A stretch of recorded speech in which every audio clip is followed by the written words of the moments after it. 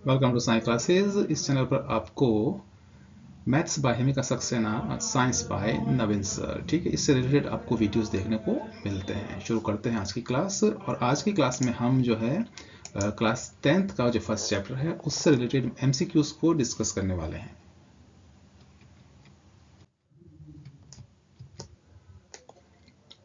Hydrogen plus oxygen produces water is a isomerization reaction, okay, displacement reaction, combination reaction,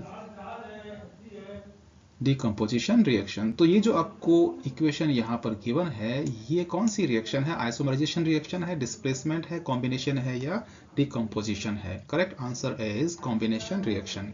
ठीक है।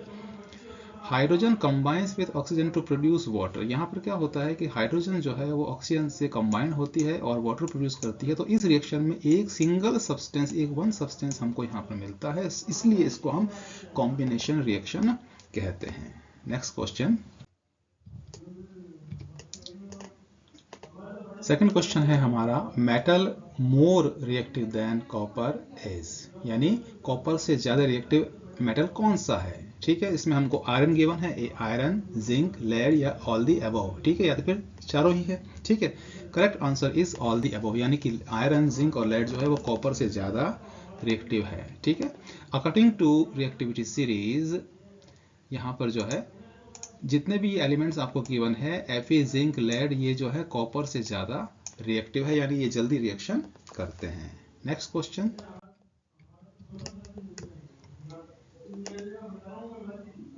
When zinc pieces are added to dilute sulfuric acid, ठीक है, यानी कि जब zinc pieces को हम डाइल्यूट सल्फ्यूरिक एसिड में हम उसको डालते हैं, ऐड करते हैं, रिएक्शन टेक्स प्लेस, तो उन दोनों में कौन सी रिएक्शन होती है? डिस्प्लेसमेंट रिएक्शन होती है। ठीक है, जिंक और सल्फ्यूरिक एसिड की। ठीक है, डबल डिस्प्लेसमेंट है, डिकम्पोजिशन रिएक्शन है या फिर कॉम्बिनेशन रिएक्शन है? Correct answer is displacement reaction.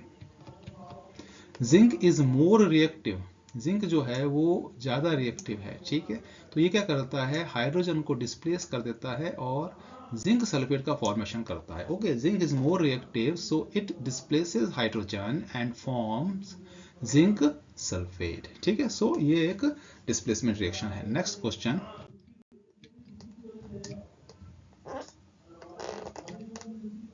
When barium chloride is added to sodium sulfate solution, reaction takes place, यानी जब बेरियम क्लोराइड को हम सोडियम सल्फेट के सॉल्यूशन में ऐड करते हैं, हमारे पास में बेरियम क्लोराइड है और सोडियम सल्फेट दोनों को जब हम ऐड करते हैं तो कौन सी रिएक्शन होती है? डिस्प्लेसमेंट रिएक्शन होती है, डबल डिस्प्लेसमेंट होती है, कॉम्बिनेशन होती है या फिर डिकम्पोजिशन रिएक्शन होती है? Correct answer is double displacement reaction. Mutual exchange of ions takes place. ठीक है, तो इसको हम इससे समझ सकते हैं कि ये जो बेरियम क्लोराइड है ये एक कंपाउंड है और सोडियम सल्फेट भी जो है एक कंपाउंड है। ठीक है, तो इन दोनों में क्या होता है कि म्यूचुअल एक्सचेंज होता है किसका? आयंस का, यानी ये जो है आपस में आयंस को एक्सचेंज कर लेते हैं। ठीक है, जिससे क्या होता है कि न्यू कंपाउंड्स का फॉर्मेशन होता है। ओके, तो इसलिए हम इसको डबल डिस्प्लेसमेंट रिएक्शन कहते हैं। Next question.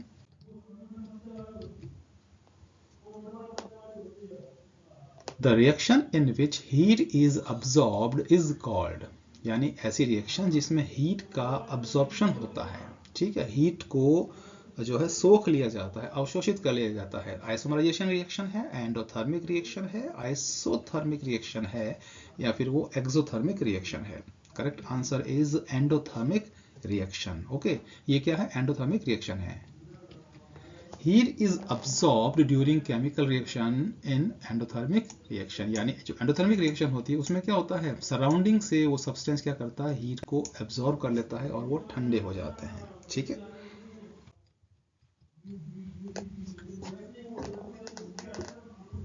The reaction is in which heat is produce is called, यानी ऐसी रिएक्शन जिसमें हीट जो है वो प्रोड्यूस होती है, लिबरेट होती है, हीट बाहर निकलती है, वो कौन सी रिएक्शन है? आइसोमराइजेशन रिएक्शन है, एंडोथर्मिक रिएक्शन है या फिर आइसोथर्मिक रिएक्शन है या फिर वो एक्सोथर्मिक रिएक्शन है?